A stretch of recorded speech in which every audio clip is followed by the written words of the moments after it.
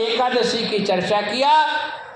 2 एकादशी के क्या भाव है, और व्रत जागरण जान के व्रत करे, अनजान व्रत करे, वो क्या पुण्य मिलता है, ये भी आप सुना है। तो एकादशी के दिन जागरण करे, दान पुण्य करे, सत्कर्म करे, यही आपके साथ जाने वाला है। मुख से लिया हुआ नाम और हाथ से दिया हुआ दान यही ले जा सकते हैं। परलोक नु गच्छत जीवः धर्म एक है, इस जीव के साथ में यही धर्म जाएगा और सब यही का यही रह जाएगा। यहाँ से एक सुई तक नहीं ले जा सकते, और तो बहुत बड़ी बात है।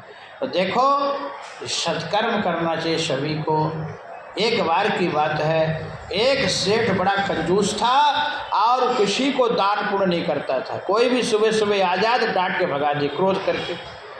तो एक दिन क्या हुआ कि एक बेचारा ऐसे बाबा के भेष में आया, बाबूजी दे दे, बाबू दमाई दे दे। अरे कहाँ से आ गए सुबह सुबह, हम कमा के रख गया, दे दो, चल भगा दे, तुरा के भगा दे। अब उसकी बहू देख रही थी, और बहू बड़ी सुशीला, बहू लक्ष्मी एक के स्वरूप होती। बहू आती ना तो लोग घर बना देती है बढ़िया।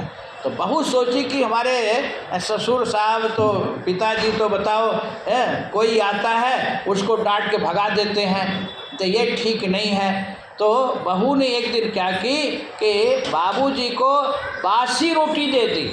अब बाबूजी जैसे रोटी खाए बोले कि अरे बहू ये बासा रोटी दी, बास आ रहा। तो बहू अंदर से बोलती है कि पिताजी आप अभी तक बासे तो खाते आए, बासी तो खाते आए, पुण्य तो आपने बनाया नहीं, अब पुण्य कहाँ से मैं दे दूँ, मतलब ताज़ा तो बनाए नहीं, ताज़ा मैं कहाँ से दे दूँ, आप बासे तो खाते आए। अब बात समझ में आई। बोले तो बहू तू ठीक कह रही है, आज जो बड़े बड़े सेठ साहूकार हैं ये पूर्व जन्म का कर्म पुण्य किए थे, दान धर्म किए थे, जो इसमें बड़े बड़े 6-6 बिल्डिंग 10-10 बिल्डिंग में बढ़िया मंजिला में रह रहे हैं, ये पूर्व जन्म की कमाई है। और ये जन्म दान पुण्य सत्कर्म नहीं कर रहे तो मान लो नील बैलेंस फिर हो गया है। तो यही आप पूर्व जन्म की कमाई खा रहे हैं।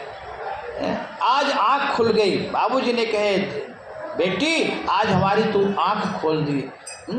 और तुरंत कहा, तभी तो कहा गया, कबीर को कहना पड़ा, साईं इतना दीजिए जामे कुटुंब समाए, मैं भी भूखा न रहूं साधु न भूखा जाए। तो इस प्रकार